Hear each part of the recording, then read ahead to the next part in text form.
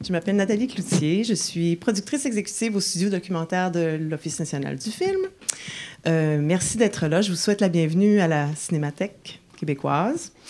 Et je remercie d'ailleurs la Cinémathèque de nous accueillir ici pour cette 5e édition des Cinéastes racontent. C'est un rendez-vous qu'on a commencé depuis l'année passée avec Colette Loumed. Le but, c'est en fait d'avoir une conversation avec les cinéastes pour avoir accès un petit peu à pas seulement leur processus de travail sur un film en particulier, mais un peu leur approche de la création sur l'ensemble de leur œuvre.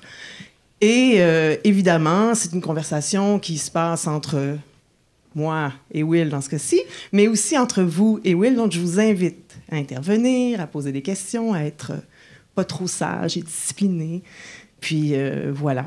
Donc, je reprends mes notes. Je voulais vous dire aussi que, en fait, aussi, c'est filmé. Il y a un monsieur qui tourne là-bas. C'est destiné à être, à un moment donné, publié soit sur notre chaîne YouTube ou sur la chaîne Vimeo de l'ONF.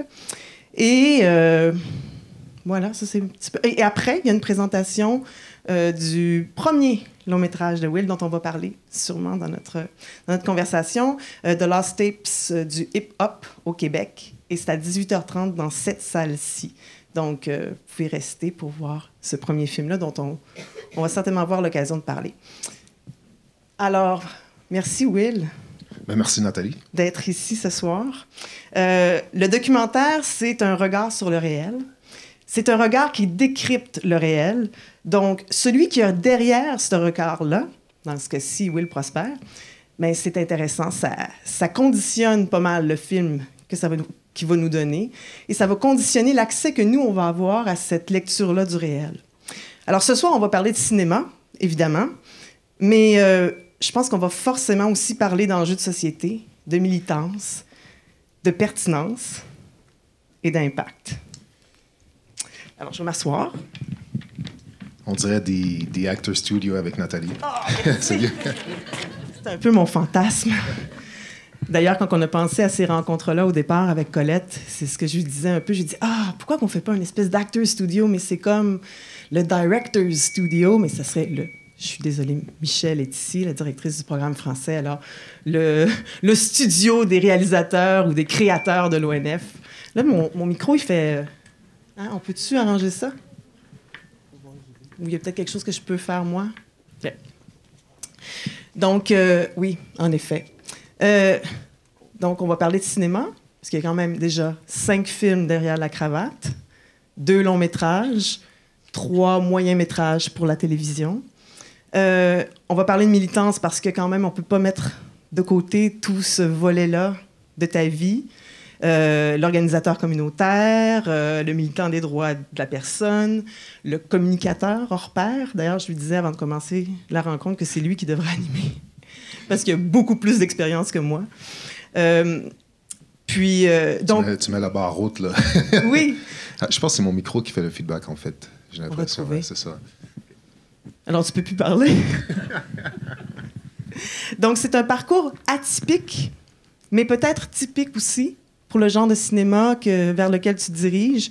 Puis, je pense que dans ton cas, c'est vraiment ton parcours personnel, d'humain, de carrière, ton parcours de cinéaste sont intimement liés, s'influencent peut-être mutuellement. Puis, ben voilà, c'est là que j'aimerais qu'on commence, en fait, qu'on voit un petit peu de si la militance, c'est pas suffisant, si le cinéma, finalement, vient compléter. Et peut-être qu'on pourrait commencer par le début. OK. Et le début étant? Ton enfance. Oh! Je savais pas que c'était une psychanalyse qu'on allait faire aujourd'hui. Non, c'est pour ça le sofa. Je vais aller jusque-là. En fait, ce que je voulais te demander, c'est le jeune Will. Il fantasmait quoi? C'est difficile. La question semble simple et pourtant, elle est vraiment compliquée. Bonjour tout le monde dans la salle. Je suis vraiment heureux de vous voir tous et toutes. Donc, c'est tout un plaisir. Mais ce début, pour un jeune Will, dès un jeune âge, un de mes plus grands rêves, en fait, pas un de mes plus grands rêves, moi, je fantasmais à ça quand j'étais jeune. J'écrivais. Puis j'espérais qu'il allait y avoir un professeur ou une professeure qui allait détecter mon goût, ma passion pour raconter des histoires. C'était vraiment ça que je voulais faire. Et peut-être aussi, ça vient un peu de ma mère aussi, qui a étudié en lettres et ainsi de suite, donc je la salue. Donc, oui, elle est ici dans la salle, elle est cachée, donc on va pas trop la mettre sur le spot. Mais ceci étant dit, je pense ce côté-là doit provenir de là. Et je m'en rappellerai toujours à l'école, ce qu'on dénotait la plupart du temps, au lieu de me dire « Ah, Will, ben, t'écris des histoires intéressantes », c'était le nombre d'erreurs que je faisais. Et c'est drôle, je faisais pas si tant d'erreurs que ça, sauf que j'entends peut-être ma mère me dire « Ah! » Ça n'était pas encore. Mais ceci étant dit, j'ai passé tout mon primaire, tout mon secondaire à me dire peut-être il y a quelqu'un qui va réaliser, qui va voir ça. Mais ce qu'on réalisait la plupart du temps, j'étais une grande personne, un homme noir ou un garçon noir à cette époque-là. Et c'était de faire du sport. C'était le chemin normal pour une personne à cette époque-là. Alors, tu étais à Montréal-Nord. Tu as grandi à Montréal-Nord. Donc, bon, là, on parle de 9 ans, 10 ans, au moment où on commence à peut-être écrire des histoires, imaginer qu'est-ce que ça pourrait être. Puis, ben là, les modèles, il n'y en a pas des tonnes. Non, il y a pas de modèle, en fait. Et souvent, ce qu'on voit dans l'écran, c'était des gens... en fait, je ne savais même pas que ça existait, réalisateur, pour te dire franchement. Je ne savais pas c'était quoi ce métier-là. Je ne savais pas que documentariste existait non plus. Mais je me rappelle toujours, en 3e année, si je ne me trompe pas, ou en 4e année, j'ai vu un film. Et c'était un film sur les communautés autochtones. Et c'est la première fois que je voyais un film sur un peuple que je ne connaissais pas du tout, qu'on ne me racontait pas dans nos livres d'histoire, qui n'était pas raconté à la télévision ou quoi que ce soit. Et là, j'ai pu faire une immersion là-dedans. Et c'est comme si j'avais eu un voyage spirituel ou un voyage intérieur dans une communauté qui était tellement loin de nous, mais à travers ce film-là, était tellement près de nous. Et je pense que c'était un film de l'ONF, donc ça m'a profondément marqué. C'est sûrement un film de l'ONF. Mais à l'époque, l'ONF voyageait beaucoup dans les classes, puis il y a encore des parties de ça encore aujourd'hui. Et ce film-là m'avait profondément marqué parce que j'ai découvert que je pouvais voyager à travers le documentaire. Et le livre nous permet de faire ça. Mais je trouve que le documentaire et le cinéma, c'est l'art le plus complet qu'on peut avoir parce qu'on y ajoute aussi des tableaux. Quand on filme, c'est des tableaux, bien sûr. On y ajoute la musique, on y ajoute la narration. Donc, il y a tout ça qui est ensemble. Donc, c'est un art qui regroupe toute forme d'art. Et je trouve que c'était tellement riche. Et ça m'a toujours attiré depuis ce jour-là. Tu m'avais mentionné, je l'avais noté. Tu me disais que cette découverte-là, ça avait été un voyage dans l'intime d'une communauté.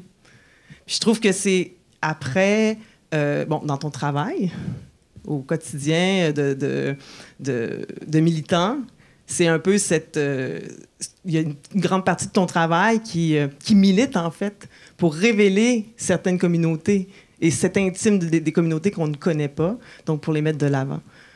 Donc, le petit Will...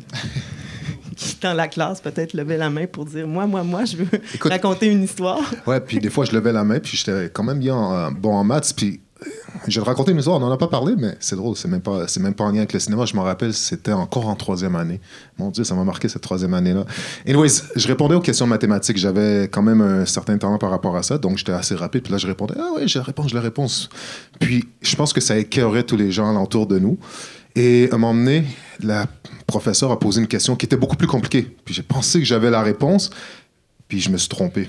Puis la prof, elle a dit, vous voyez, même Prosper peut se tromper. Et toute la classe est partie à rire.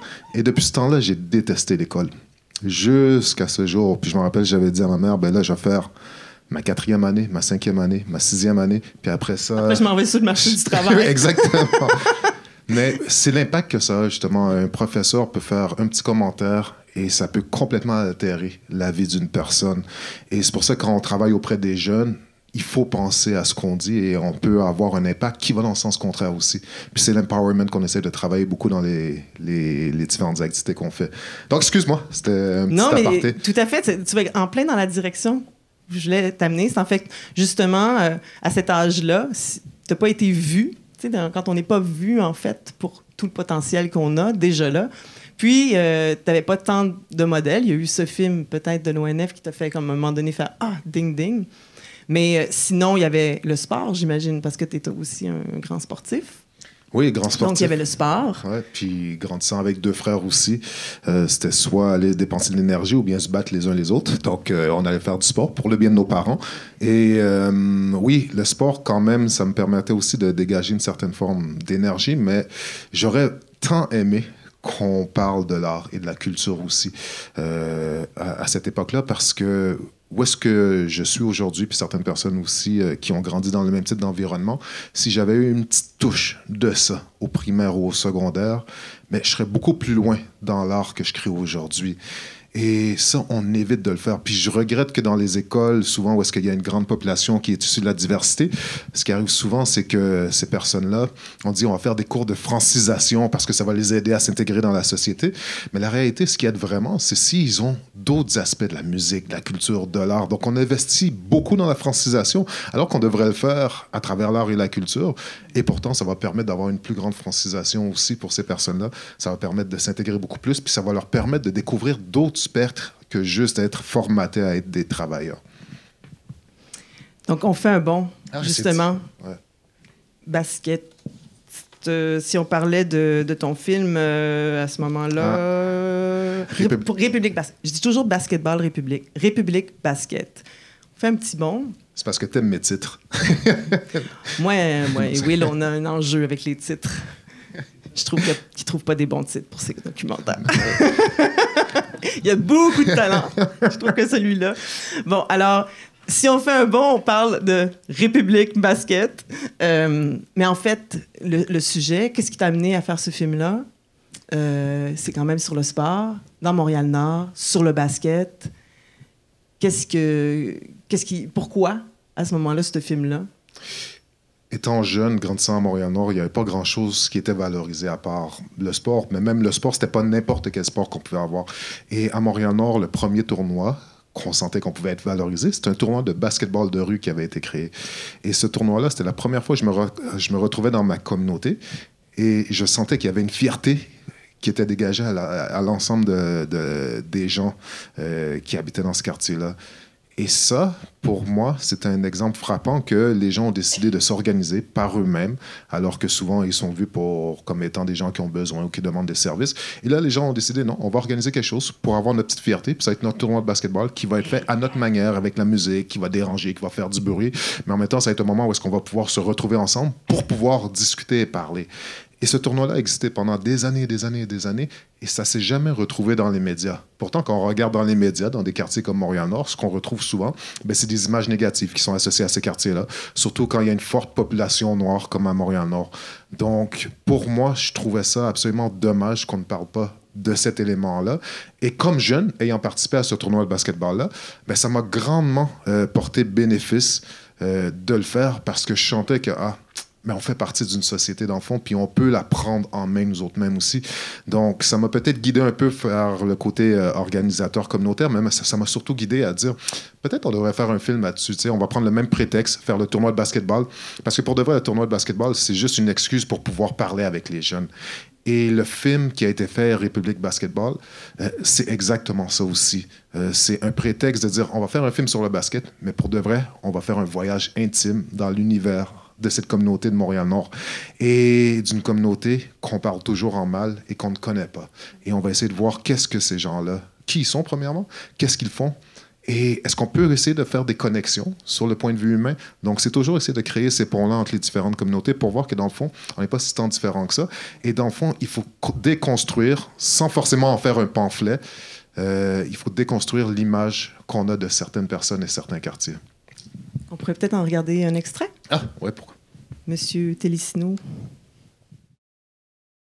Un homme de 27 ans, connu des milieux policiers, a été tué dans ce qui a toutes les apparences d'un règlement de compte, tôt samedi matin devant sa résidence de Montréal. 5e meurtre de l'année, 2 suspects de race noire arrêtés à Montréal-Nord. 2 corps ont été retrouvés mardi après-midi dans un appartement de la rue Plaza à Montréal-Nord. Meurtre d'une femme de 28 ans à Montréal-Nord. Un homme a été arrêté. Une fillette a été Selon toute transportée à vraisemblance, l'hôpital il jeudi s'agit soir d'un cas de après avoir violence été agressé sexuellement dans l'arrondissement de Montréal-Nord.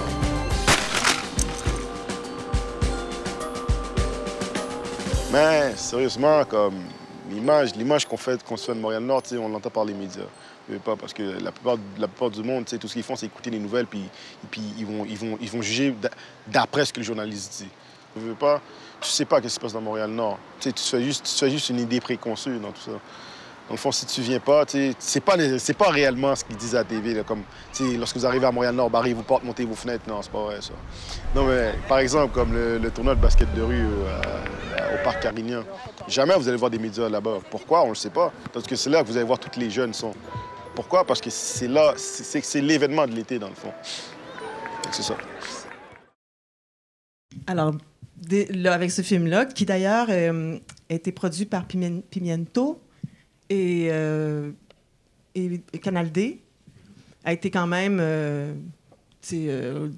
pas distribué, mais diffusé sur Canal D, a eu tout à coup un regard. On a permis d'avoir un regard sur Montréal-Nord autre que par les nouvelles, par toujours le même son de cloche, un peu de la violence qu'il peut y avoir. Alors, c'est quand même une belle façon d'accéder à un grand public. La télé, c'est ça, Canal D, et de traiter d'un sujet accessible, le basket et tout, mais en même temps, tout le long du film, tu as quand même des intervenants qui viennent planter des points de vue complètement surprenant et inattendu. Là. Je trouve que ça humanise, en fait, si on peut parler de ça, là, ça humanise Montréal-Nord. J'adore ce terme-là parce que je trouve que quand on regarde notre société, ça manque beaucoup de ce côté-là, beaucoup plus humanisme, mais beaucoup un manque d'empathie à l'égard de certaines personnes. Et si tu regardes un peu le passage qui était au début avec les voix de la radio qu'on entendait justement en contraste avec les sourires des gens, mais c'est fait par exprès justement pour dire, mais tout ce qu'on entend, puis on regarde les images, c'est comme, il y a un clash. Puis le clash s'opère inconsciemment. Et ça, c'est ce que j'essaie de mettre de l'avant pour dire, c'est absolument ridicule. Puis après ça, on pète les médias, donc on pète la radio, so fuck that. Anyways, mais c'est symbolique, ça semble assez évident. Puis après ça, on rentre avec le discours de l'intervenant, qui, lui aussi, explique un peu son vécu, parce que ça a un poids sur les personnes qui habitent ce quartier-là. Et quand on finit par donner ou essayer de donner une certaine image à un quartier, et quand on a une aussi grande surveillance policière, quand on a des poches de pauvreté, quand on a tous ces enjeux-là, et quand on regarde les médias, quand ils parlent de ce quartier-là, c'est toujours des choses négatives. Quand il y a une révolte qui s'opère, on est en train de dire, pourquoi ces gens-là s'énervent? La question qu'on doit vraiment se poser pour des quartiers comme ça, c'est pourquoi les gens ne s'énervent pas plus souvent. Et ça aurait été la véritable question. Et pourquoi vous énervez pas pour les conditions que ces gens-là subissent et que nous, on laisse aller? Donc, les problèmes sont profonds, mais on est toujours en train d'avoir un manque d'apathie. Puis quand on entend parler, c'est toujours quelque chose de négatif. Et on n'a pas les vraies conversations de fond qu'on devrait avoir. Donc, j'essaie de les aborder un peu dans ces films-là pour essayer d'en parler. Puis sans y aller trop loin, mais juste assez, tout en gardant un regard qui reste celui des intervenants-intervenantes. Donc, c'est pas le mien que je vais essayer d'imposer. Mais ça, c'était le 3e. Alors, je saute dans le temps. On retourne en arrière. Parce que je ne veux pas trop faire de psychologie enfantine, mais on retourne en arrière parce que c'est ton 3e film. Tu en as eu 3 quand même, 3 moyens-métrages que tu as produits avec Pimiento et Canal D. D'ailleurs, c'est intéressant, si on a le temps d'en parler. Je trouve ça intéressant, la relation avec Canal D, comment il t'a vu quand on parle de voir. Ouais, ça, c'est important à dire. Oui, dès le départ. Puis justement, j'aimerais qu'on retourne au premier long-métrage que tu as fait, qui va d'ailleurs être diffusé après la séance aujourd'hui. Donc, qu'est-ce qui t'a mené à ce premier-là? Alors, je vais t'aider un petit peu, on va retourner en arrière. Alors, le petit Will a grandi. Là, maintenant, il doit choisir un collège, une université. Et puis là, tu as le goût d'aller en cinéma. Oui, merci de retourner en arrière. Oh, je suis vraiment... c'est un voyage intérieur. Donc... Je pense qu'il ne s'attendait pas à ça. Non, ça. du tout. Là, j'ai des images qui défilent. Donc, c'est ça, oui. Donc, je sortais de Dawson, où est-ce que je jouais au basketball. Donc, ça me gardait quand même à l'école, parce que sinon, je n'aurais pas de raison. Et je voulais toujours me diriger en cinéma. Donc, j'ai appliqué au programme de cinéma de l'Université Concordia. Et en appliquant là-bas, c'est tellement contingenté que je suis rentré en philosophie. Parce qu'il y a quand même une proximité. Puis la philosophie, c'est quelque chose que j'apprécie énormément. Mais j'ai détesté le cadre des cours qui étaient faits en philosophie parce que ça ressemblait à des cours d'économie. Donc, des cours d'économie, tu dis? Oui, la manière que c'était fait, c'était pas mal rigide. C'était beaucoup de philosophes occidentales. Il n'y avait pas beaucoup de discussions. Il n'y avait pas beaucoup de dialogue aussi. On impose une forme de pensée. Donc, je comprends qu'il y a un apprentissage qui doit être fait, mais pour moi, la philosophie, ça ne cadre pas parfaitement avec ça. Et à ce moment-là aussi, je voyageais de Montréal-Nord pour me rendre jusqu'à, pas Guy Concordia, mais le campus Loyola qui est à l'autre bout du monde. Donc, ça prenait 2h20 pour se rendre jusque-là. 2h20 aller? aller, 2h20 retour. revenir. Exactement. Et quand tu joues au basket aussi, parce que je joue au basketball là-bas, ben, tu as tes pratiques de basket le matin. Après ça, tu en as le soir aussi. Donc, ça fait en sorte que ta journée, tu peux absolument rien faire. Donc, tu peux même pas avoir le temps de travailler. Donc, tu passes le temps dans le métro, dans l'autobus, à t'entraîner, à aller à l'école. Anyways, c'était pas une partie de plaisir. Ouais, c'est pas un détail. C'est les enjeux de transport en commun, comment certains quartiers sont mieux desservis que d'autres. Après ça, on peut s'imaginer que t'es pas le seul petit garçon qui a grandi dans Montréal-Nord qui veut peut-être aller au collège dans ça. Bon, ça implique plein de choses quand même. Plein de choses, plein de frustrations. Et ça fait en sorte aussi que quand tu vois que tu as ce dilemme-là avec le transport, c'est beaucoup plus facile de dire, bon, je laisse tomber l'école, je vais faire d'autres choses. Donc, j'avais un ami qui, lui, est allé appliquer pour la GRC. Il me dit, Will, pourquoi tu viens pas avec moi? Moi, j'ai appliqué pour la GRC. Ça pourrait être intéressant que toi aussi, tu y appliques. Fait que je suis allé. Et c'est comme ça que je suis rentré dans la GRC. Malheureusement, lui, Est-ce que tout le monde connaît ce détail-là sur la vie de Will? Oui, hein? Je pense que c'est assez médiatisé. Okay. Mais, donc, 5 ans dans la GRC? 5 ans dans la GRC, 3 ans dans une communauté qu'on appelle Kino-Sao-Sipi, qui est Norway House, au nord du Manitoba. Donc, je sors de Montréal-Nord et je fais... T'as début vingtaine. Début vingtaine, tout jeune encore. Et je fais la route juste pour me rendre là-bas. Tu sais, moi, j'ai jamais fait de skidoo, je suis jamais allé en région, j'ai pas fait des choses de la sorte.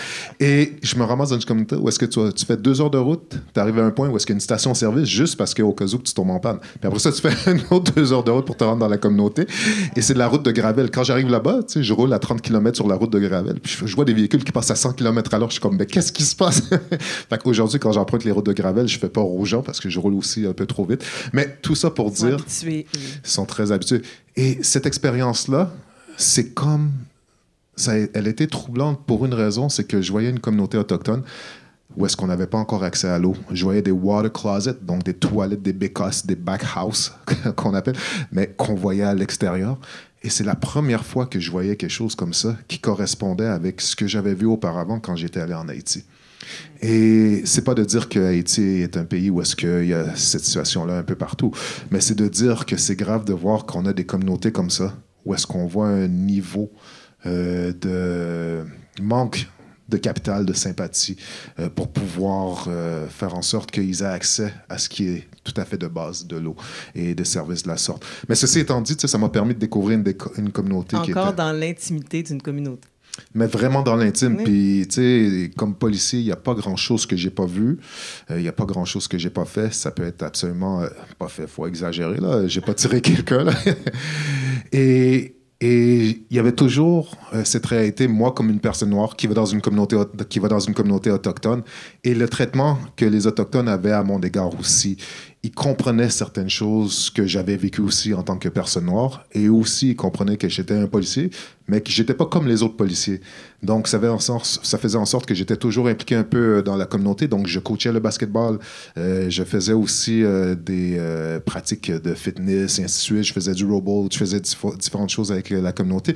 Donc, il y avait un bar, et dans ce bar-là, les policiers pouvaient pas y aller s'ils allaient arrêter du monde. Et moi, je pouvais y aller. Donc, j'avais pas de problème. Donc, j'étais à ça. Ce qui frustrait les autres policiers aussi. Donc, j'avais un clash qui était plus des policiers que de la communauté. Ce qui est quand même assez intéressant, tu sais. Et aujourd'hui... Tu devais laver le plancher de la caserne. La caserne, non, c'était pire. Moi, je dormais là, hein? dans le poste de police. Donc, quand il y a des gens qui rentraient un peu plus chauds ou intoxiqués, quand ils faisaient du bruit, ben moi, je dormais pas. Donc, c'était une autre réalité. Puis, c'était un petit poste de police. On était 5 à 7 à y travailler. Donc, on recevait des appels la nuit, vers 2-3 heures du matin, des gens qui sont en train de faire certaines actions. Je me rappellerai toujours, il y a un policier qui m'a appelé. Ben, en fait, la répartition m'a appelé pour me dire qu'il y a 2 personnes qui se fessent dessus à coups de bâton de baseball. Il faut vraiment intervenir le plus rapidement possible. Fait que moi, je viens d'arriver, là. Fait que je m'habille super rapidement. 1 minute, je suis dehors. Puis je vois l'autre policier qui a une dizaine d'années, qui est dehors en train de fumer sa cigarette. Puis il est comme, hey, Will, relax. By the time we get there, okay, they're gonna be tired. So, on n'a pas besoin de se presser. Fait que ça, c'est le genre d'entraînement que tu reçois. Puis là, tu dis, there's something wrong. Il y a quelque chose qui va pas. Puis au fur et à mesure, ben, tu vois d'autres situations de la sorte. J'interviens en tant que jeune adulte dans la vingtaine auprès de gens qui vivent des crises en violence conjugale. Il n'y a pas de service social auprès de jeunes qui sont dans des situations où est-ce qu'il y a un taux quand même assez élevé de suicide. Donc, on voit tous ces enjeux-là qui sont présents et on voit aussi la détresse. Et on commence, moi personnellement, j'ai vraiment compris c'est quoi la réalité de certaines personnes qui grandissent dans ces communautés-là. Et quand j'entendais le discours de personnes qui étaient des discours haineux à l'égard des personnes autochtones, qui étaient des discours qui étaient racistes à leur égard, je ne comprends pas qu'on puisse faire ce type de commentaires-là encore aujourd'hui. Et je pense qu'il y a beaucoup de gens qui se mettent jamais dans la position de l'autre personne pour comprendre qui cette personne-là est véritablement. Puis les films, ben, c'est ce que ça permet de faire justement un peu. Donc un film peut-être sur une communauté autochtone, est-ce que ça t'a traversé déjà l'esprit de retourner peut-être là? Cet été, l'été passé, je suis allé sur la Côte-Nord avec Viviane Michel de Femmes autochtones du Québec et on a fait le tour des différentes communautés et j'ai rencontré différentes personnes et nous, on a un groupe de jeunes avec Woodstock et ce groupe de jeunes-là qui vivent certaines réalités et on a rencontré un conseiller Innu et on essaie de développer un programme où est-ce que les deux groupes de jeunes vont venir. Il y en a un groupe qui va aller sur la Côte-Nord et il y en a un autre qui va venir à Montréal-Nord, donc de Montréal-Nord à la Côte-Nord, ce qui est assez intéressant. Ouais. Et pour les jeunes qui vont aller à la Côte-Nord, mais on va essayer de faire des activités traditionnelles, donc de portage que les ancêtres Inuits faisaient pour justement voyager, pour aller à la chasse et ainsi de suite. Donc c'est ce qu'on essaie de recréer. Donc il y a probablement quelque chose qui se trame avec un film derrière tout ça. Rencontre Nord-Nord. Rencontre, ah, c'est bien ça. Tu disais que je sais pas, je pour les titres, hein, je sais plus. C'est bon, mon titre. Donc, bon, au bout de 5 ans, c'est fini la GRC, là, tu retournes à Québec. Je veux juste arriver un petit peu à... Quand même, le cinéma, ça s'en va pas. Ça reste toujours. Tu t'obstines. Donc, t'entres dans une école... obscure de Québec, de cinéma que je ne connais pas, qui est une école technique plus, hein, c'est ça? C'est Absolument. Une école de métier technique du cinéma. Absolument, c'est l'École du cinéma et de la télévision de Québec qui n'existe plus, qui a fait faillite après 5 années. Donc, c'était une de ces écoles-là où est-ce qu'on dit, bon, ça coûte 5 000. Toi, ils t'ont accepté. Ils refusaient personne. Si tu avais l'argent, ils t'acceptaient tout le temps. C'est formidable. Il n'y avait pas de stress. C'est pas comme l'INES ou d'autres endroits au Concordia. Donc, voilà, donc j'étais accepté. Mais c'est ce que ça me prenait aussi. J'avais besoin d'avoir certaines bases pour comprendre comment ça fonctionne. Le cinéma, c'est qu'est-ce que ça nécessite, autant au point de vue technique, puis après ça, je vais m'informer pour avoir le point de vue beaucoup plus théorique. Et ça a été une bonne base pour te dire franchement. Et de cette cohorte-là, il y en a plusieurs qui font des films encore aujourd'hui, malgré tout, qui travaillent dans ce milieu-là. Et tout de suite, j'ai commencé à acheter une caméra. Puis j'ai dit, je vais commencer à filmer avec les DVX-100 à l'époque, qui était la Panasonic, que plusieurs personnes utilisaient, avec les tapes mini-DV. Donc, c'était l'ère du numérique, puis c'était le combat entre le film et le numérique. Et on voit que le numérique a gagné aujourd'hui. Mais à cette époque-là, c'était un autre enjeu, surtout pour les vidéoclips, les gens qui faisaient des vidéoclips. Puis moi, j'en ai fait aussi pour des vidéoclips de hip-hop. J'en ai fait avec Dramatique, avec Sans Pression, avec plusieurs groupes.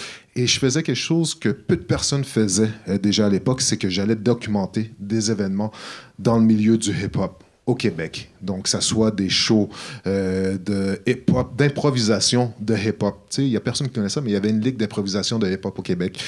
Et ils faisaient de la danse, du rap et du graffiti en même temps. Et c'était tout improvisé, un peu comme on voit la Ligue nationale d'improvisation. Et ces gens-là ont essayé de cogner à des portes comme Musique Plus pour faire en sorte que leurs produits puissent être télédiffusés. Et ça n'a pas marché. Et le film est un peu un film qui a documenté une période forte dans le milieu du hip-hop, où est-ce qu'il y avait plusieurs personnes qui essayaient de créer différents événements et coup sur coup. Situe-nous un peu les années. Donc... 2003 à 2008 environ. Environ, ouais. Donc, ce sont ces années-là. Donc, ça joue pas dans les radios. C'est pas à Musique Plus, qu'il y avait encore un Musique Plus à l'époque.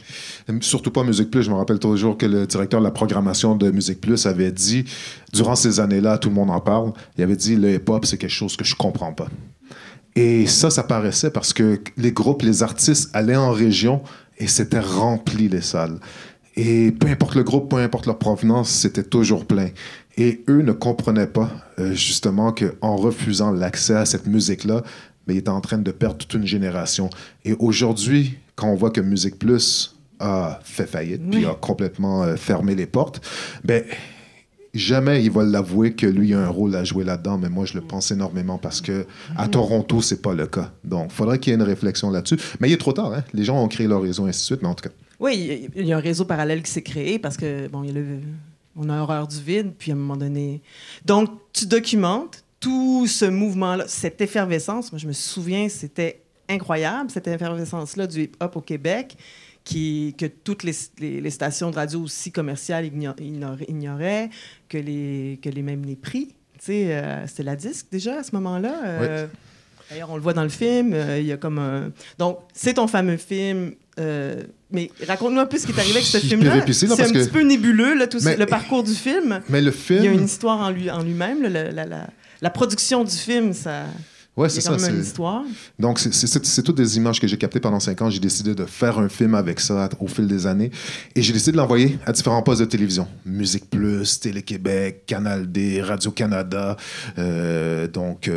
Pour tous les nommer. Je ne l'ai pas envoyé à l'ONF parce que je ne savais même pas que ça existait. Non, c'est pas vrai. C'est notre problème. Non, tu peux le dire. Tu n'as pas trouvé l'adresse sur le web. Voilà, je ne l'ai pas trouvé.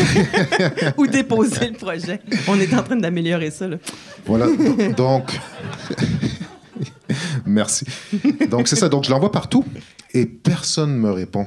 Et c'est drôle parce que le film, je l'ai fait avec des sous-titres, puis je pensais à ça parce que si vous regardez le film, il y a des sous-titres pour « Ah, c'est real »,« Ah, money », des choses que je ferais jamais aujourd'hui de mettre des sous-titres pour ça.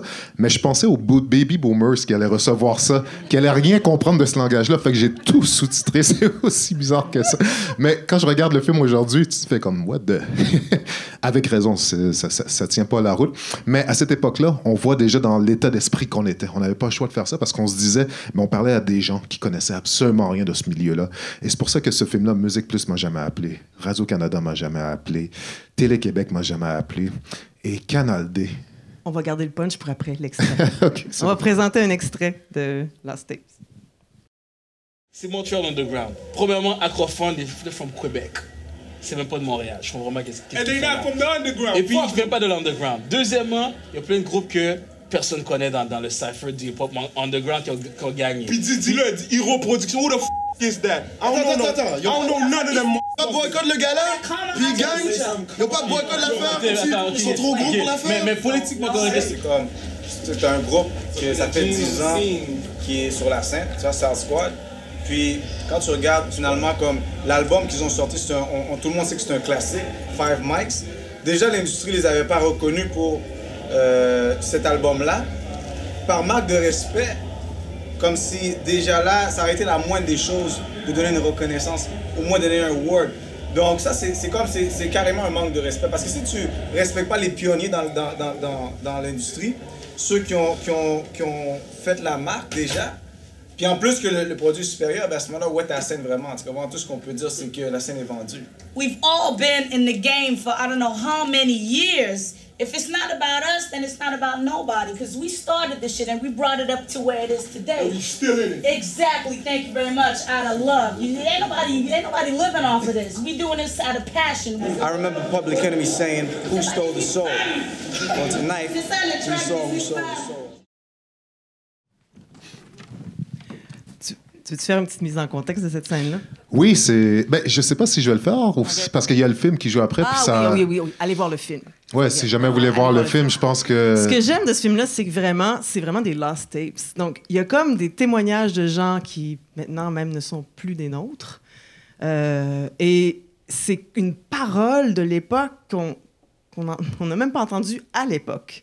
Donc, c'est intéressant de la ressortir aujourd'hui. Puis bon, mais c'est un film, techniquement... Tu sais, je veux dire, au niveau de l'image et tout. Qu'est-ce que tu essaies de dire? Je veux dire... Je suis curieux, là. Ça a la qualité d'être... Pardon? D'être rough. Non, mais ça parle, déjà. Le traitement parle.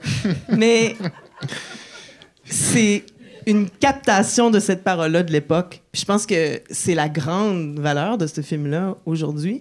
Et je sens derrière... Il faut se rappeler que c'est ton premier long-métrage. On sent le gars derrière qui prend la caméra puis qui dit « Bon, mais c'est ça que j'ai envie de capter. » Et l'intimité de cette communauté-là, encore une fois que je reprends du début, mais je trouve que ça décrit bien cette envie-là de capter ça. Et comment ça va s'incarner dans un film après ça. Je trouve que c'est un bel exemple oui, de quelque chose de pertinent puis qui marque un moment. Puis tu sais, tu parles de l'image, effectivement, puis oui, ça va shaker un peu. Tu vas voir qu'il y a des choses qui sont inscrites au bas. Mais moi, je trouve que ça garde cette authenticité-là aussi. Et on se rapproche encore plus des personnages parce qu'on sent qu'on a un accès privilégié dans un univers qu'on n'aurait pas eu autrement. Et là, ce qui est d'autant plus intéressant, c'est que cet accès-là n'existait pas à l'époque. Et même aujourd'hui, c'est quelque chose qu'on a vu juste dernièrement, qu'il y a eu des gens qui ont commencé à s'intéresser par rapport à cette scène-là. Et à l'époque déjà, moi, quand j'ai envoyé ce DVD-là à différents endroits, si je peux poursuivre l'histoire que j'avais amorcée tantôt, il y a seulement Canal D et Jean-Pierre Laurando. Jean-Pierre Laurando. Qui m'a appelé, puis qui a dit « Will, ton film, tu sais, je l'ai trouvé vraiment intéressant. Ça me fait penser un peu à moi quand j'avais fait des musiques, quand j'avais fait des documentaires sur la musique punk à l'époque. C'est un peu cru. Et moi, je trouve que c'est important de garder cette authenticité-là parce que c'est ce que ces personnes-là sont. Et je veux pas essayer de cacher ce que eux dégagent. Je pense que des fois, on essaie de polir un peu trop. Ouais, sugarcoat et ainsi de suite. Puis on cache des richesses. Puis je trouve qu'il y a beaucoup de choses qui sont riches là-dedans. Quand tu entends Sabrina Jean parler, tu te dis, cette fille-là, c'est une perle. Et comment ça se fait qu'on ne la connaît pas? Donc, c'est ça. Tout ça pour dire aussi, il m'a appelé. Donc, si lui, il fait pas cet appel-là, moi, je suis pas là aujourd'hui. Parce que ce film-là, je me suis dit, bon, si on ferme Jean-Pierre Laurando, t'as vu. Mm-hmm. Vraiment. Puis moi, je connaissais pas cette histoire-là. Là. C'est quand on préparait la rencontre. Puis je me suis dit... À partir de ce moment-là, c'est ça le rôle de télédiffuseur, de producteur, d'être aux aguets, d'être ouvert, d'avoir des antennes, puis qu'à un moment donné, tu reçois un DVD, tu te dis, mais il y a quelque chose là, il y a quelqu'un, je vais pas le prendre, je vais pas le diffuser, mais il y a quelque chose. Je vais le rencontrer, puis vous avez eu une rencontre, j'imagine? On a eu une rencontre, on a échangé, on a parlé, puis c'est comme ça que j'ai fait mon deuxième documentaire, qui est Les Derniers Pèlerins. Donc ça, c'était Jean-Pierre Landau qui disait, ah, tu sais, il y a un paquet d'Haïtiens qui viennent ici au Québec, qui se promènent d'église en église, puis ils packent l'endroit. Puis les gens comprennent rien, là, puis ça se passe à Trois-Rivières, puis là, comment ça se fait qu'il y a plein d'Haïtiens, puis les personnes arrivent à comprendre. Donc, j'ai dit, oui, c'est une bonne idée de faire un film là-dessus. Et ça a été Les Derniers Pèlerins. Mais pour dire, tu sais, je l'ai mentionné, quand j'étais au primaire, au secondaire, j'attendais toujours l'appel d'un professeur qui me dise, tu comptes des bonnes histoires. Ça, c'était ma dernière chance. Si lui, il fait pas cet appel-là, moi, je fais pas de film. Et c'est pour ça que je lui en suis énormément redevable d'avoir fait cet appel-là, parce qu'aujourd'hui, si je suis ici, c'est un peu grâce à cet appel-là. Donc, ce film-là que je me disais, j'ai travaillé pendant toutes ces années-là, et ça n'a pas porté fruit, et finalement, ça a réussi à porter fruit. Puis ce qui est intéressant aussi à travers ce film-là, c'est que ma fille, à l'époque, quand elle était plus jeune, elle a fait tomber mon disque dur. Donc, j'ai perdu le film au complet pendant 7 ans. Je l'ai jamais retrouvé, j'avais pas fait des copies malheureusement, donc je suis allé voir à différents endroits pour voir si je pouvais sauvegarder. Et c'est que dernièrement, il y a 1 an et demi environ de ça, que j'ai fouillé dans certains CD, DVD, parce que j'étais animateur à la radio Centre-Ville, donc j'en avais plusieurs, et j'ai découvert ce DVD-là qui se cachait en dessous d'un autre CD. Donc, c'est comme ça que j'ai pu le ressortir. Donc, la copie que tu as là, c'est une copie d'un DVD. Hein? C'est pour ça, quand tu fais ta face, il faut prendre certaines choses en considération. Puis même ma voix, c'était juste pour l'envoyer, pour les engager à dire, il y a un film. Il était comme pas fini. Il était pas fini. Mais pour moi, je le trouve qu'il est vraiment bien fini grâce à ça. Ah non, c'est une perle, c'est précieux. Si vous pouvez rester après, vraiment, je vous le recommande fortement, fortement, fortement. Donc, c'est parce que là, tu disais des affaires tellement intéressantes sur justement Laurando qui t'avait vu et tout, mais je pense que je l'ai dit, mais le rôle des diffuseurs, mais tu sais, il t'a vu, mais c'est sa job aussi, tu sais, de se dire, ben de quoi on va parler, puis là, il a cliqué, hein, la communauté haïtienne, c'est quand même une communauté importante à Montréal, on peut faire des films sur cette communauté-là, ça va attirer un auditoire, donc, tu sais, mais de fil en aiguille, après ça, il y a eu quand même, il y a eu Les Derniers Pèlerins, après ça, République Basket. Merci, ouais, c'est ça. Et Haïti. Aller simple Haïti. Aller simple Haïti. Et là, le temps file. Je savais que ça allait nous arriver. Oui, il est déjà rendu moins quart. Oui, je savais que ça allait arriver. Donc, l'intérêt pour la militance, évidemment, il y a les Lost Tapes, ça se passe, tu me disais, entre 2004 et 2008. Mm-hmm. Il y a l'affaire Villanueva qui est peut-être dans le coin 2008. Aussi. Hein? Oui, ça arrive le 9 août 2008. L'affaire Villanueva, qui va complètement aussi altérer ce que je fais. Personnellement, pour avoir grandi à Montréal-Nord, ce qui est arrivé à Freddy, pour moi, ça aurait pu arriver à mon frère. Salut, mais ça lui est pas arrivé. Ça aurait pu arriver à un ami comme Thierry, ça aurait pu arriver à n'importe qui d'autre. Et c'est impensable pour moi de voir qu'on a des jeunes qui jouent au parc, au dé, et qu'on a un policier qui arrive, et de cela, 54 secondes après, il y a un jeune qui se fait tuer par la police, mais il y en a 2 autres qui sont blessés aussi, donc un qui reçoit une balle dans l'épaule, et un autre qui reçoit une balle dans le dos, à plus de 2 mètres. On sait que c'est à plus de 2 mètres parce que les traces de poudre, il n'y en avait pas sur ses vêtements. Donc à ce moment-là, c'est minimalement 2 mètres, mais ça peut être aussi 10 mètres, donc on ne saura jamais. Donc c'est une des plus grandes fusillades dans l'histoire du Canada, en fait. Je ne sais pas s'il y en a eu d'autres pour des personnes qui n'étaient pas armées. Et quand je regarde le manque de capital, de sympathie que ces jeunes-là ont reçu ici au Québec, parce que c'était en même temps que les accommodements raisonnables, c'était aussi après tous les épisodes des gangs de rue qu'on parlait énormément dans les médias, c'était aussi après le Wolfpack. Donc il y a plusieurs choses qui ont fait en sorte que pourquoi l'histoire de Freddy Villanueva n'a pas attiré l'attention ou le capital de sympathie comme il aurait dû le faire. Mais la communauté, elle ne l'a pas accepté. Et on a décidé de créer un mouvement à travers plusieurs personnes avec Montréal-Nord République et Woodstock pour dire, là, ça va faire. Parce que moi, en tant que personne qui regardait souvent de l'extérieur, je me disais, mais quand est-ce que la Ligue des Noirs va faire quelque chose? Quand est-ce que quelqu'un va faire quelque chose? Et quand tu finis par réaliser que toi aussi, tu as une responsabilité et tu peux faire quelque chose. Mais c'est comme ça que j'ai décidé de m'engager dans ce combat-là. Combat que je suis encore présent encore aujourd'hui, plusieurs années après. C'est 10 ans plus tard, là. C'est 10 ans plus tard. Puis je sais pas si on peut le dire, mais tu travailles présentement sur un film? Je savais pas que je pouvais le dire, moi non plus. Je sais pas. Mais oui, en fait, je travaille... Puis ça, c'est quand même aussi important. On est au début, là. Je pense en développement. Oui, en développement, je travaille sur l'histoire de... Vous gardez ça pour vous. Oui, c'est juste entre nous autres, s'il vous plaît. Mais c'est l'histoire de Freddy Villanueva, en fait, pour raconter ce passage-là.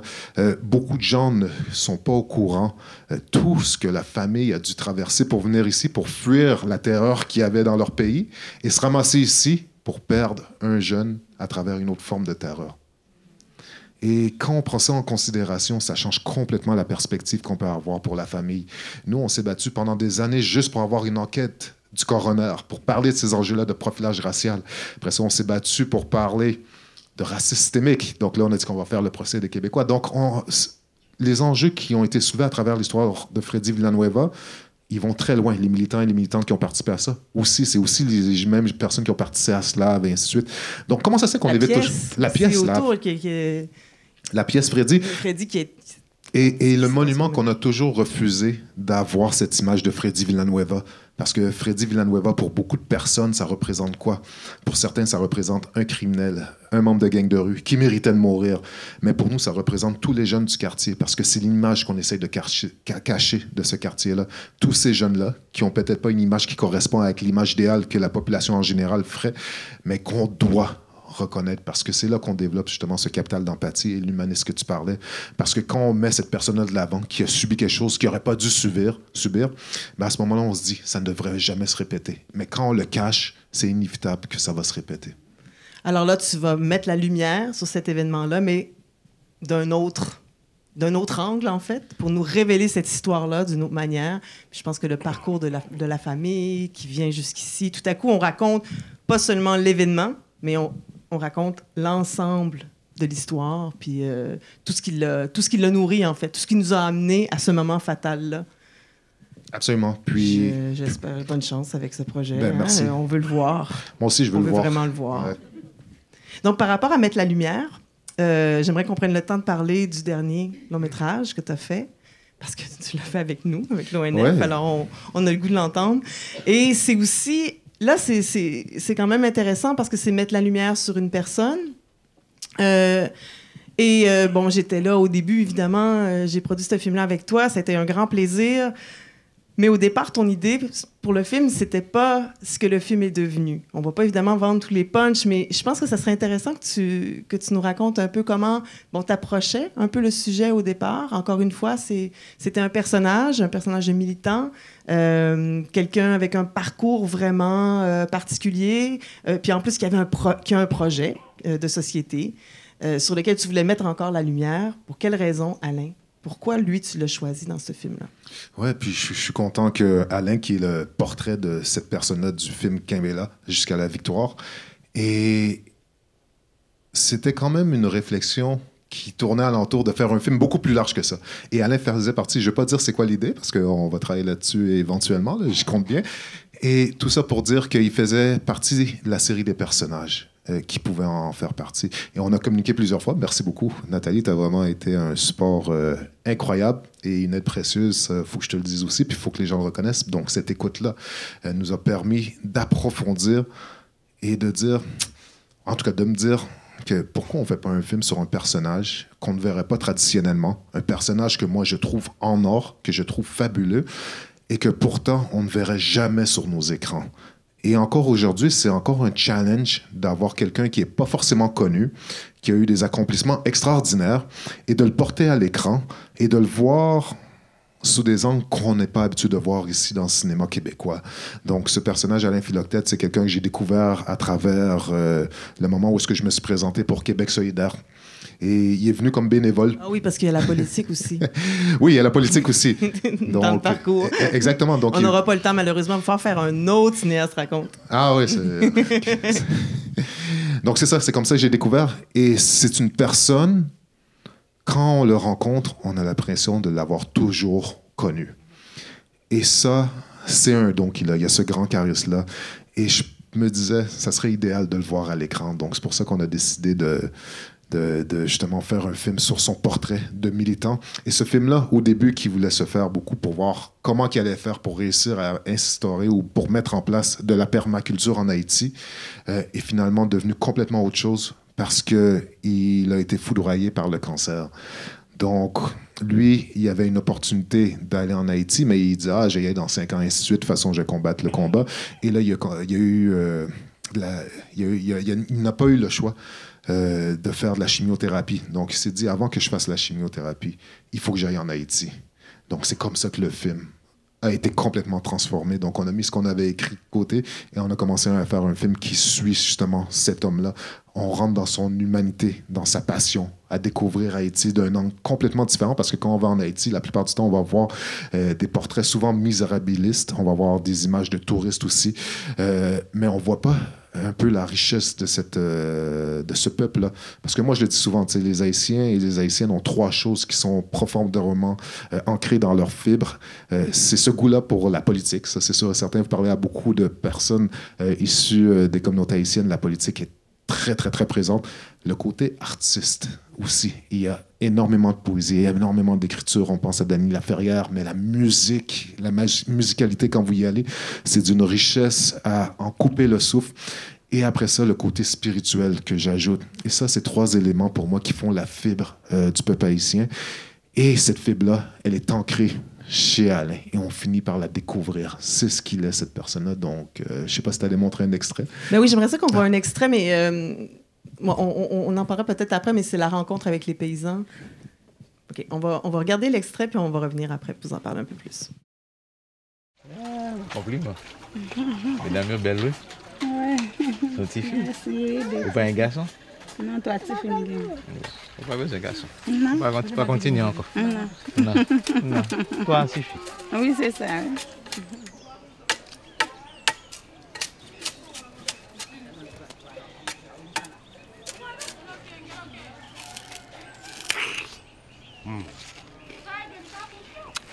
Bon.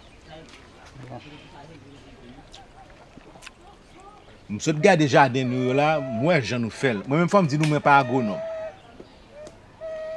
Moi son monde qui a étudié dans l'université à l'étranger qui côté m'a fait ça un doctorat, une docteur dans ça m'a étudié. Mais moi même travail l'op étudier comme ça, ou fait bon bagage pour écrire. Faut écrire près de 400 500 pages pour dire ça voulait faire. Moi, je suis étudié éco-village noir. Peut-être que ce n'est pas la dernière fois dans le poème. Je souhaite bon Dieu bon la santé. Parce que ces jours-ci, je n'ai pas une bonne santé. Je souhaite venir faire 6 mois avec nous. Pour voir comment nous vivons chaque jour. Parce que moi-même, je pense que le village, ça sont une solution pour le pays. Nous, le village, ça ne paraît pas les lacous. Sont lacous. Que les ancêtres nous ont fait longtemps. Mais nous sommes lacous modernes. Parce que nous-mêmes, nous n'avons pas nos solaires. Les ancêtres n'ont pas de panneaux solaires. Dans les pays étrangers, il y a des gens qui ont fait le même bagage avec nous. En tout cas, il y a un paquet de petits gens qui vivent dans le monde là, qui voulaient vivre comme ça. Qui ne veulent vivre la ville encore.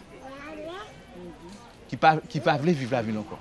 Qui voulaient vivre dans le village en frère, l'une avec l'autre, l'une aimer l'autre, l'une à partager avec l'autre.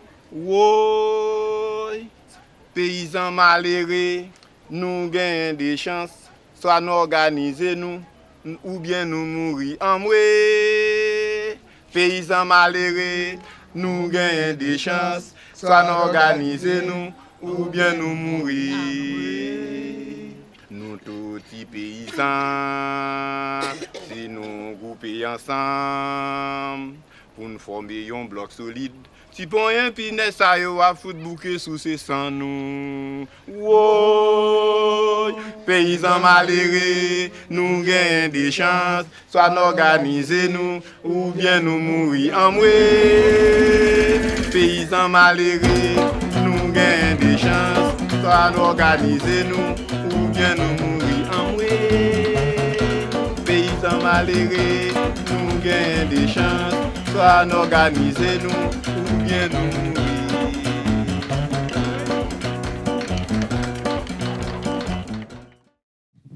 En fait, je savais pas quel extrait que tu allais choisir parce que.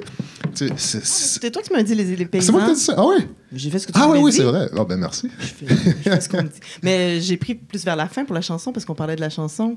Exactement. Puis. Quand on entend justement la chanson des paysans, puis on voit la situation qu'il y a présentement en Haïti, je pense qu'on est capable de comprendre que c'est des gens qui s'organisent très bien quand il vient des situations qui sont inacceptables. Et je déteste parler de résilience pour les Haïtiens parce que la résilience, pour moi, c'est pas ce que je vois. C'est beaucoup plus au-delà de la résilience. Parce que la résilience, c'est dire, bon, ben, il y a des conditions inacceptables, puis on finit par les accepter. Alors que le peuple n'est pas ça, n'accepte pas ces conditions inacceptables et continue à se battre pour ça. Et ce qui est intéressant dans ce portrait-là qu'on vient de voir sur ce film, c'est que les gens, les paysans qui sont là, c'est des gens qui sont venus après le tremblement de terre, mais c'est véritablement des citadins, des gens qui habitaient à Port-au-Prince et ainsi de suite, et qui ont décidé de commencer à former cette communauté-là. Et souvent, quand on parle aujourd'hui de décroissance, on parle d'environnement, et ainsi de suite, mais eux, ils font justement une solution qui est une alternative sur laquelle on pourrait calquer un modèle pour faire en sorte qu'on réponde à la crise environnementale. Mais on ne pense jamais à ça, qu'il y a des gens aussi dans ces endroits-là qui s'organisent de la sorte. C'est quoi leur réalité? C'est quoi leur... L'attitude d'Alain aussi, qui ben arrive... Oui. Qui est un cours pour moi de relations comme ça, internationales, je ne sais pas comment on appelle ça, mais qui arrive et qui explique que moi, je ne suis pas un spécialiste. Moi, c'est vous les spécialistes, puis moi, je vais venir m'inspirer de vous. Mais c'est fabuleux, parce que combien de films on a vus de gens qui nous montrent comment ils vont aller creuser des puits en Afrique ou ailleurs. Là, tout à coup, on a une leçon d'un Haïtien qui retourne dans son pays modestement en disant... Non, moi, je vais venir étudier ce que vous faites. Moi, c'est dans cet extrait-là, c'est Alain. Et c'est Alain, et vous êtes une richesse. Puis ça commence par Alain qui dit « Ah, tu sais, t'as pas besoin d'avoir d'autres enfants. » Mais il faut comprendre que Alain, il y a 5 garçons. C'est pas mentionné. Donc lui qui dit « Ah, t'as pas besoin de garçons. » Peut-être que c'est un message intérieur qui se dit. Mais ceci étant dit, tu sais, c'est vraiment l'approche d'Alain. Et c'est ça que je trouve qui est magnifique. C'est pas quelqu'un qui va imposer sa vision. Il va apprendre puis il va dire « Vous êtes la richesse. Et nous devons apprendre de vous. » Et je suis pas certain que beaucoup de ces personnes-là ont eu ce type de discours. Et moi, quand je te parlais un peu plus tôt, étant plus jeune, je n'avais pas reçu ce type de message-là aussi. Il n'y a personne qui est venu me dire que je suis une richesse. Donc, je reviens encore là-dessus, mais c'est juste pour démontrer l'impact que ça peut avoir une personne qui vient avec une conversation d'égal à égal et qui reconnaît l'expertise multiple que les gens peuvent avoir. En parlant de richesse, il ne nous reste pas beaucoup de temps, puis je savais que ça allait arriver, parce que ta pensée, tout c'est riche. Si on parlait de cinéma, le plus précisément, la musique, je pense qu'on ne peut pas terminer sans parler de l'usage que tu fais de la musique. Bon, je l'ai vécu un peu plus sur Kembela. C'est Jenny Salgado, avec qui tu me dis très tôt que tu voulais collaborer. Tu l'as approchée. C'est vraiment une créatrice qui a participé à donner le souffle du film du départ. Je pense que... Donc, c'est important. Juste l'usage de la musique, on s'en est parlé. En cinéma documentaire, c'est déjà un petit peu controversé. Faut pas trop en mettre. On a fait non, on va en mettre beaucoup. Tu voulais en mettre beaucoup. Il y avait comme... Mais déjà, dans la grammaire du cinéma, il y a des choses qui, des fois, qui viennent perturbé, être un peu trouble-fête, même au moment de raconter une histoire, de raconter le réel. Après ça, il y a le sujet, évidemment, puis on en a parlé abondamment, de quoi on parle, puis qui regarde. Mais il y a aussi la manière. Absolument, il y a aussi la manière. Puis, tu sais, tu as mentionné, avant d'aller dans la manière, il y a Jenny Salgado, qu'il faut saluer le travail phénoménal qu'elle a fait. C'est une artiste incomparable, mais c'est surtout une musicologue puis une amoureuse de l'histoire, de la musique, qui va aller chercher des instruments, des ancêtres, pour les intégrer dans ce film-là, mais d'une manière contemporaine. Donc, elle va l'ajuster, puis ce son-là devient tellement riche, tellement nécessaire. Et la musique, oui, est importante parce que n'importe qui va faire un voyage en Haïti va tout de suite, elle est très perceptible. On va l'entendre dans les tap-tap, on va l'entendre dans les rues, on va l'entendre chez les gens, on va l'entendre partout. Et j'aime souvent faire la différence avec le Québec. Tu sais, ici au Québec, quand on écoute la radio, ben, c'est des radios parlées, il n'y a pas de musique en arrière. Tu ouvres la radio en Haïti, les gens parlent de la même manière, avec autant d'intensité, mais tu as de la musique qui est en arrière aussi. Donc c'est quelque chose qui est beaucoup plus présent et ça prouve qu'il y a comme un clash qui opère. Et dans ce film-là, c'est le clash qu'on essaie de casser aussi. Parce que quand on a fini de faire le montage de ce film-là, il pouvait fonctionner sans aucune musique. C'est la première chose que la monteuse Nathalie Lamoureux a mentionné. Je salue son travail hors pair aussi. Et ça fonctionnait très bien. Mais ça correspond... Elle avait peur, Nathalie. Hein? Elle avait bien peur de la musique.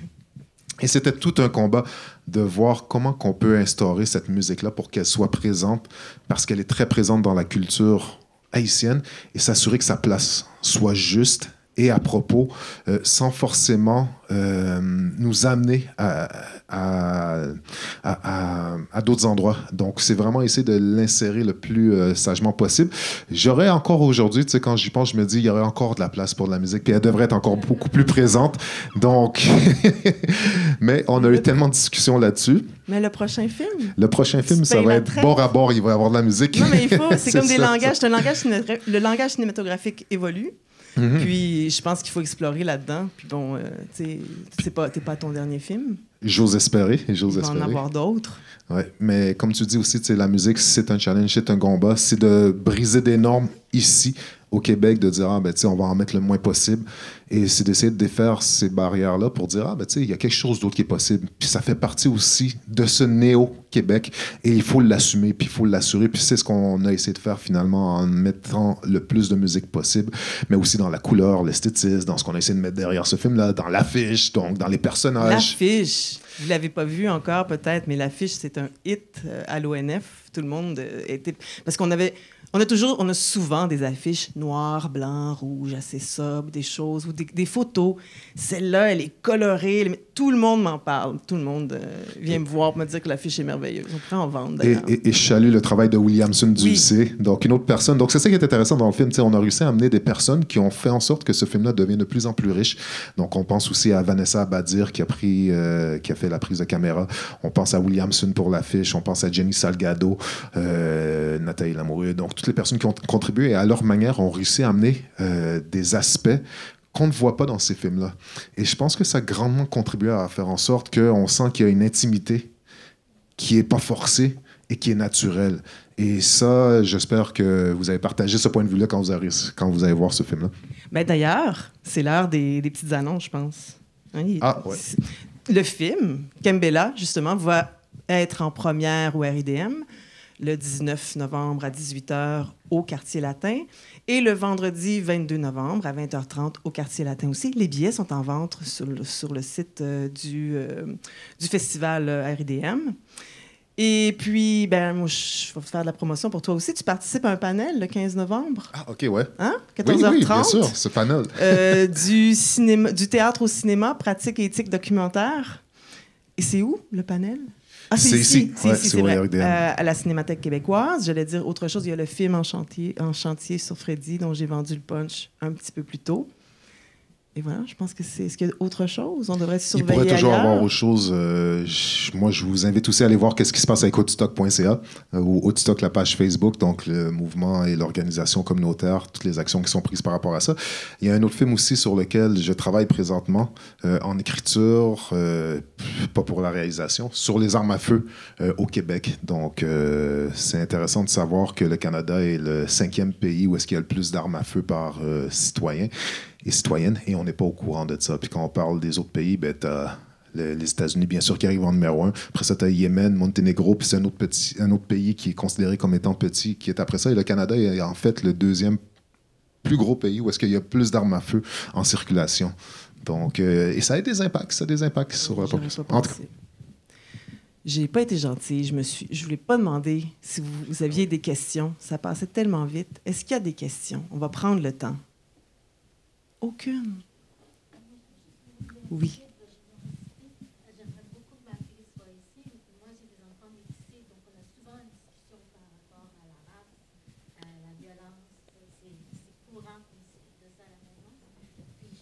Attendez, madame, on va vous donner un micro pour bien vous entendre. Je suis très touchée par votre approche, puis de tout votre parcours que vous avez, en tout cas, démontré par le film, et que si on peut vraiment rejoindre la population de cette manière-là, je trouve ça génial. En tout cas, j'aime beaucoup votre approche. Je vous remercie beaucoup. Ben merci. Merci énormément. Puis tu sais, c'est intéressant que vous mentionnez ça parce que le film Aller simple est un peu ça. C'est des gens qui ont grandi ici au Québec et qui vont décider de s'investir en Haïti. Mais la plupart des films, c'est un peu ça. C'est que souvent, on a des gens qui sont pris entre deux univers. Donc, ils sont complètement déchirés, un peu comme votre fille, avec certaines réalités. Et on essaye de faire en sorte, à travers ces films-là, que, finalement, je ne suis pas seul. Puis il y a des compréhensions beaucoup plus profondes sur l'humanité, ce que ces personnes-là ressentent, et ainsi de suite. Donc, Aller simple fait un peu ce travail-là, justement, de rapprocher. Et il y a même une des personnages qui dit, finalement, à la fin, que finalement, je n'ai pas forcément de patrie, donc je dois trouver un endroit. Et cet endroit-là n'est pas toujours facile à bâtir.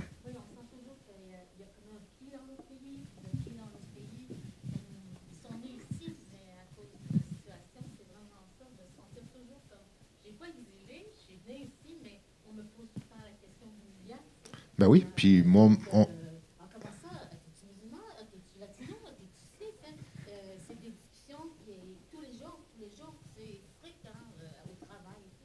c'est ça. Puis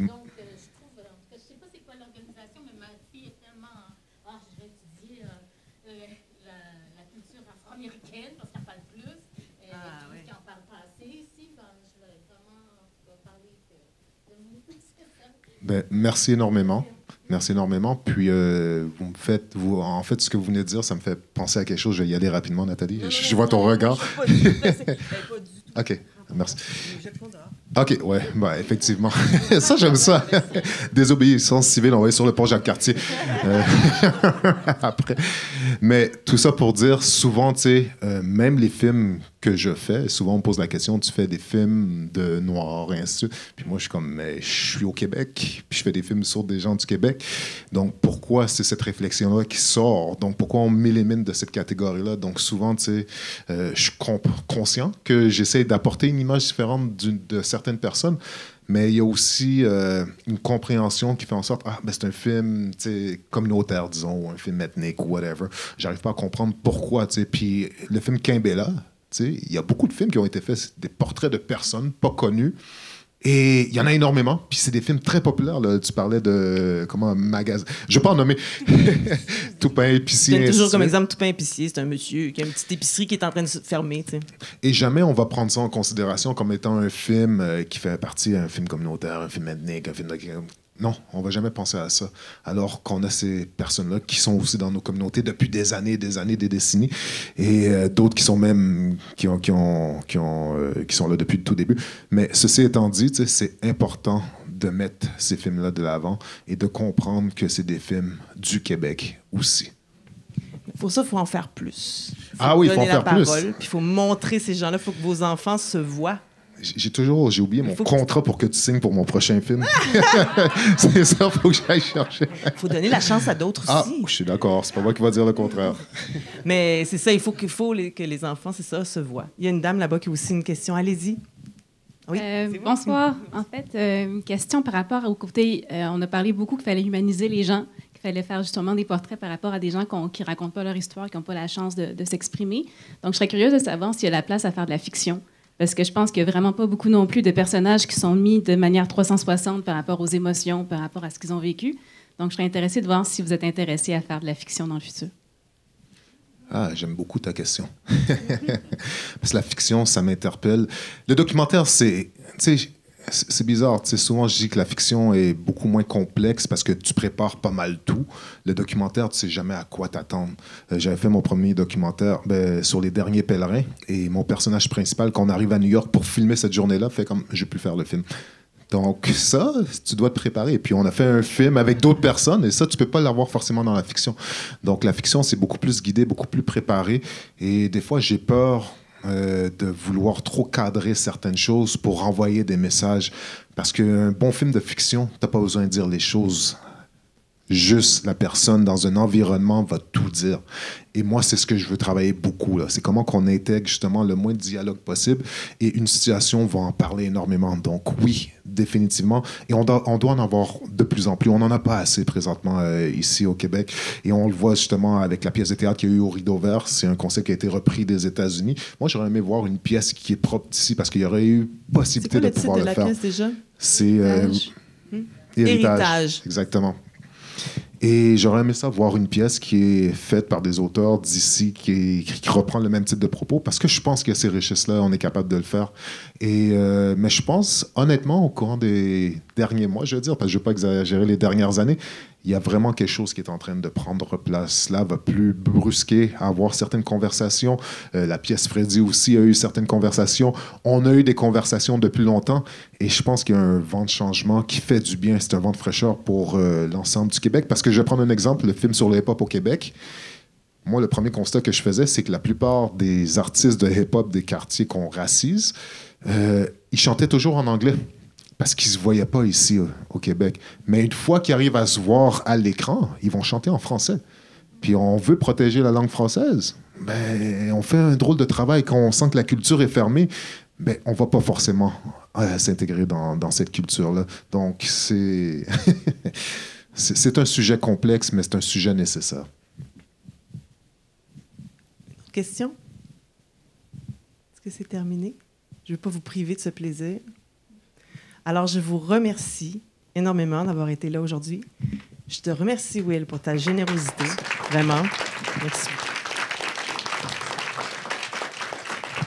Je vous invite à rester pour voir Lost Tapes après. Oui, Nicole? Oui, pour voir Lost Tapes, il faut acheter des billets. Mais s'il se cache ici, là, ça paraît pas. Là.